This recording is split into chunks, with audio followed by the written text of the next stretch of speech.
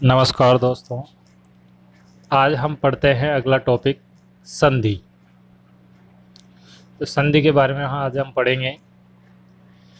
सबसे पहले हम देखते हैं, इसका सूत्र है परः सन्निकर्षः संहिता, अर्थात वर्णों की अत्यधिक निकटता को संहिता अर्थात संधि कहते हैं। यानी वर्णों की अत्यधिक निकटता हो या जहाँ पर वर्ण अक्षर आपस में मिले तो उसी को ही हम संधि कहते हैं।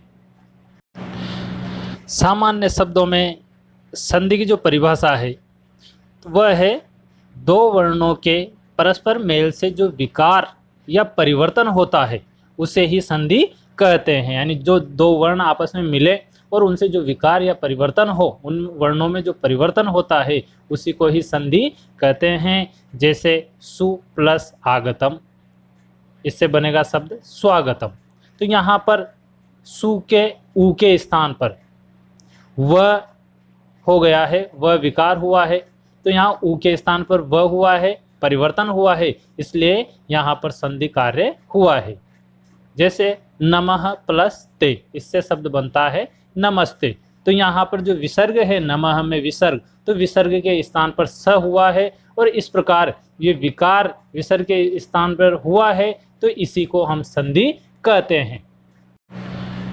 और यदि वर्णों में कोई विकार या परिवर्तन न होता हो तो उसे संधि नहीं माना जाता है, वहाँ केवल संयोग माना जाता है। जैसे त्वम प्लस एव, और इससे शब्द बनेगा त्वमेव। तो यहाँ पर म और ए, इन दोनों वर्णों में कोई भी परिवर्तन नहीं हुआ है, यानी म में ए की मात्रा लगी है केवल। तो इस प्रकार यहाँ जब वर्णों में कोई परिवर्तन नहीं हुआ है तो ऐसी स्थिति में इसको संधि न मानकर यहाँ केवल संयोग ही होगा, इसको संयोग ही माना जाएगा। अब देखते हैं दोस्तों हम संधि के भेद। तो संधि मुख्यतः संधि के तीन भेद होते हैं, यानी संधि तीन प्रकार की होती है। नंबर एक स्वर संधि, और इस स्वर संधि को ही अच संधि भी कहते हैं। जैसा कि हमने प्रत्याहार में पढ़ा था कि अच जो प्रत्याहार है इसमें जो वर्ण आते हैं वो सभी वर्ण स्वर होने के कारण इस स्वर को अच भी कहते हैं, इसीलिए स्वर संधि को अच संधि भी कहते हैं। दूसरा है व्यंजन संधि, और व्यंजन संधि को ही हम कहते हैं हल संधि, क्योंकि हल प्रत्याहार के अंतर्गत व्यंजन वर्ण ही आते हैं, इसीलिए व्यंजन संधि को हल संधि भी कहते हैं। और नंबर तीन है विसर्ग संधि। तो इस प्रकार मुख्य रूप से संधि के तीन भेद होते हैं। दोस्तों, व्याकरण सिद्धांत कौमुदी में भट्टोजी दीक्षित ने संधि के निम्न 5 भेद माने हैं। जो व्याकरण सिद्धांत कौमुदी है ऋषि भट्टोजी दीक्षित की, तो उसमें उन्होंने संधि के 5 भेद माने हैं।